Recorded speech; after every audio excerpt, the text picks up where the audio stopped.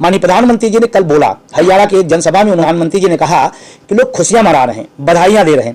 यहाँ जितने लोग बैठे हुए हैं सब एनपीएस में हैं, एक भी आदमी ये नहीं कहने तैयार है कि अच्छी है।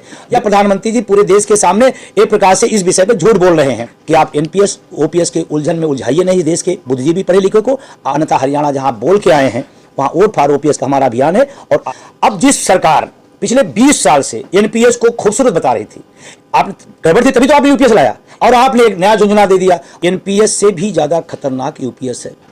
तो ये महा लूट है और संगठित लूट है, सरकार की तरफ से लूट है। एनपीएस और यूपीएस दोनों विरोध करने का एक मकसद डाल गया है कि हम जहां भी चुनाव होगा वहीं विरोध करेंगे मोदी जी का। जो लोग खुशियां मना रहे हैं वो ओपीएस की मलाई ले रहे हैं। इतनी खूबसूरत है, इतनी अच्छी है, तो जो व्यक्ति तारीफ कर रहा है सबसे पहले वो ओपीएस छोड़े, एनपीएस यूपीएस में आए, फिर तारीफ करे तो समझ में।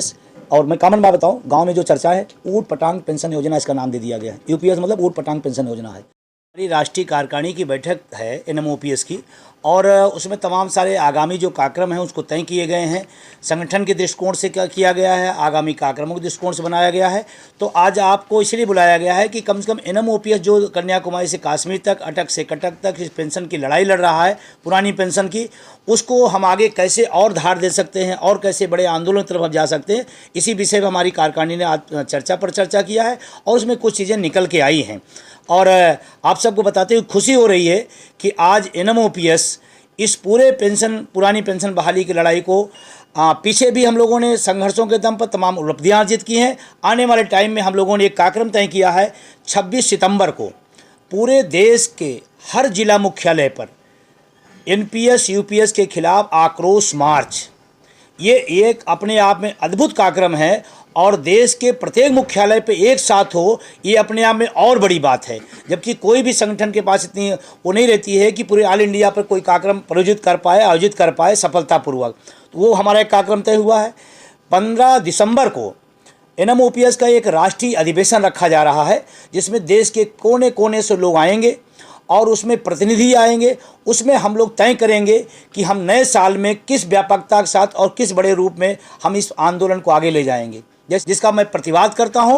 और माननीय प्रधानमंत्री से भी निवेदन करना चाहूँगा कि आप एनपीएस ओपीएस के उलझन में उलझाइए नहीं देश के बुद्धिजीवी पढ़े लिखे को, आप पुरानी पेंशन बहाल करें।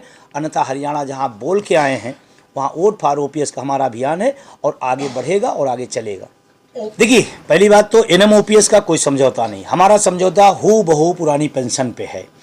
अब जिस सरकार पिछले 20 साल से एनपीएस को खूबसूरत बता रही थी, एनपीएस की बड़ाई कर रही थी, अचानक इसका मतलब एनपीएस खराब हुई आज की सरकार दृष्टिकोण में।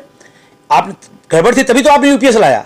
इसका मतलब जो मैं पिछले 20 सालों से हम लोग कह रहे थे वो बात सच निकली और आपने एक नया योजना दे दिया। और मैं बड़ी जिम्मेदारी से कहना चाहता हूँ, एनपीएस से भी ज़्यादा खतरनाक यूपीएस है।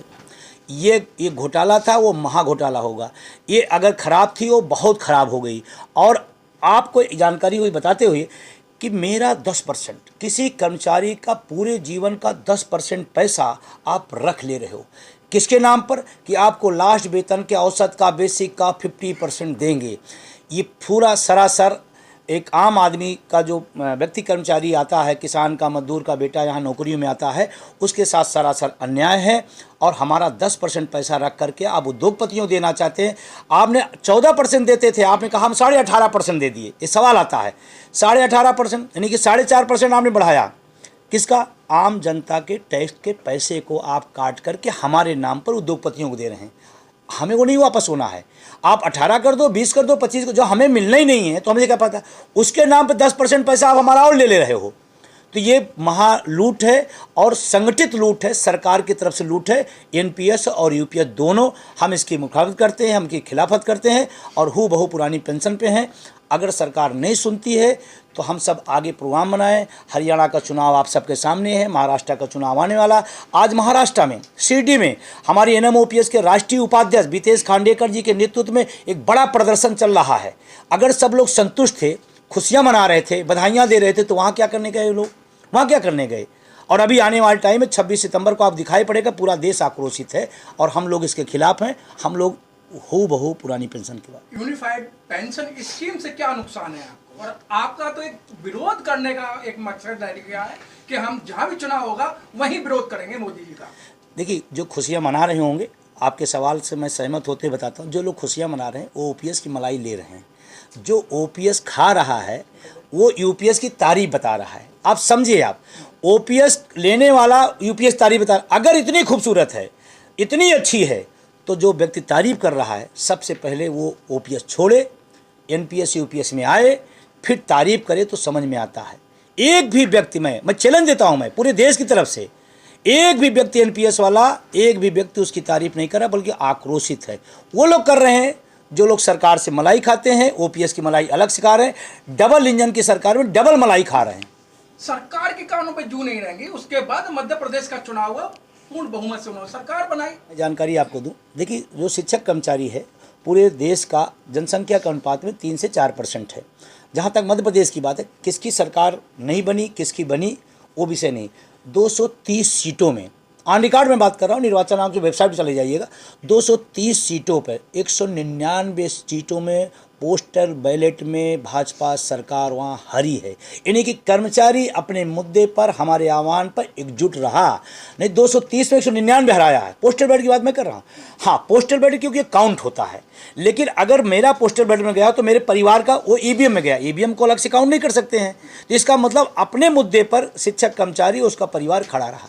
अब हारने और जीतने के तमाम सारे कारण हो सकते हैं, जो हारे हैं, जो जीते वो समीक्षा करें। हमारा मुद्दा जीता है, मैं पहले दिन से और आज भी कह रहा हूँ, हमारा मुद्दा वहाँ भी जीता था जहाँ की आप बात कर रहे हैं।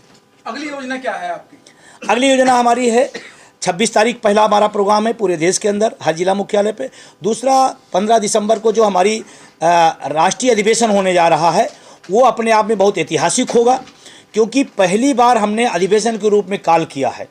और अभी एक जानकारी बताते हुए दुख भी हो रहा है कि आज हमारा 6 बजे से बहुत शांतिपूर्ण प्रोटेस्ट था, कैंडल मार्च राजघाट पर, जो शांति के दूत रहे पूरी दुनिया के अंदर, महात्मा गांधी थे, उस पर हम लोग शांतिपूर्ण कैंडल मार्च उसके खिलाफ करने जाते हैं। ये वर्तमान सरकार, पहले इंडिया गेट पर उन्होंने हमारा परमिशन निरस्त किया, उसके बाद फिर उन्होंने भेज दिया राजघाट। राजघाट में हमारी टीम, मंजीत राणा जी और उनकी टीम नेतृत्व करते हुए उस चीज़ को लिया, फॉर्मेलिटी में 3 दिन लगाया, और लास्ट दिन उन्होंने कह दिया कि नहीं, आप नहीं कर सकते। आप कल्पना करिए, इस हम लोकतांत्रिक देश में रहते हैं, हम शांतिपूर्ण प्रोटेस्ट नहीं कर सकते हैं? हम कोई बाहरी लोग तो है नहीं, हम लोग इसी देश के नागरिक हैं। क्यों ऐसा किया गया? और मैं इसका विरोध करता हूँ। इन लोकतांत्रिक मूल्यों का और जो मौलिक अधिकार है उसका हनन है। और आपके माध्यम से कहना चाहता हूँ दिल्ली सरकार को, दिल्ली के प्रशासन को, यहाँ के जो तमाम अधिकारी हैं, बार बार एनएमओपीएस का नाम आते मान निरस्त कर देते हैं। कहते हैं अरे आपके पास भीड़ बहुत है, आपके पास संख्या बहुत है। हमने कहा वो प्रोग्राम कोई ऑल इंडिया का नहीं था, वो प्रोग्राम एनएमओपीएस दिल्ली का था, कैंडल मार्च का। उसमें कुछ लोग शामिल होते, आपने उसको निरस्त कर दिया। कौन से बेस पर? रैली राजनेताओं की कर रही हो तो आप पूरी छूट है, हम अपनी बात कहना हो तो दिक्कत है। सर नौकरियां ही नहीं है तो पेंशन किस बात? बहुत बढ़िया सवाल है, बहुत अच्छा सवाल है। और मैं इस बात के लिए मुझे खुशी है कि मेरे एनएमओपीएस की टीम लगातार जो निजीकरण सरकार द्वारा किया जा रहा है, सरकारी विभागों का, सरकारी संस्थाओं का, वो खतरनाक है और देश के नौजवानों के साथ छल है। 30 लाख पद खाली हैं, उसको आप नहीं भर पा रहे हो। आपका एमपी एमएलए की सीट एक दिन खाली नहीं रह पाती, 6 महीने के अंदर आपने रूल्स बना रखा कि उसके अंदर अंदर हो जाना है। तो 6 महीने कोई वैकेंसी खाली रहे, उसके ऊपर आप क्यों नहीं जाने जाए? हम उसकी भी मांग करते हैं कि नौकरियां भरी जाए और निजीकरण जो है वो बंद किया जाए, क्योंकि निजीकरण ही एनपीएस एक उसी का रूप है। तो मैं इसके खिलाफ में हूँ। और अभी जो आपने यूपीएस की बात की थी, उसका मोटा मोटा मैं बता दूं, 10% पैसा एक कर्मचारी का काट लिया जा रहा है पूरी जिंदगी। अगर एक छोटा भी कर्मचारी है, 10% पैसा पूरी जिंदगी, कम से कम 30 लाख 40 लाख होगा, चपरासी जो होगा। 30 लाख रुपए लग करके आप 6 लाख देने की बात कर रहे हो, पहला नुकसान। दूसरा, 20 साल में फुल पेंशन मिलती थी, आपने उसको बढ़ाकर 25 साल कर दिया। इसमें 2 का बहुत तगड़ा नुकसान होगा। 2 का क्या होगा? जो सेना में लोग जाते हैं जनरली 15 साल 16 साल 18 साल करके बीआरएस लेके, फंड लेके, पेंशन लेके चले जाते हैं, अपने परिवार से, माँ बाप से, बच्चों से दूर रहते हैं। तो सोचो परिवार में एक तो उनका, इसका मतलब अर्धसैनिक बल इस फुल पेंशन को कभी पाएगा नहीं। बहुत सारे लोग सर्विस लेट पाते हैं या छूट के बाद पाते हैं, वो सारे लोग इस पेंशन व्यवस्था से बाहर हो गए। एक तीसरा, आपने कहा कि हम देंगे लास्ट वेतन के अनुपात का 50%, यानी कि क्या उन्होंने कंडीशन लगा दिया, हमारे 12 महीने का अनुपात निकालेंगे, फिर उसका बेसिक का, डीए का, लास्ट का क्या आएगा। तो मैं महोदय से कहना चाहता हूँ, ये यूपीएस और मैं कॉमन बात बताऊं, गांव में जो चर्चा है, ऊट पटांग पेंशन योजना इसका नाम दे दिया गया है। यूपीएस मतलब ऊट पटांग पेंशन योजना है, तो इसका मैं विरोध में हूँ। और मैं चाहता हूँ देश में पेंशन बहाल हो। 4 राज्यों के अंदर हम लोग संघर्ष करके बहाल कराए हैं, आने वाले समय में हम लोग और उसको मदद से लड़ेंगे और आगे बढ़ाएंगे।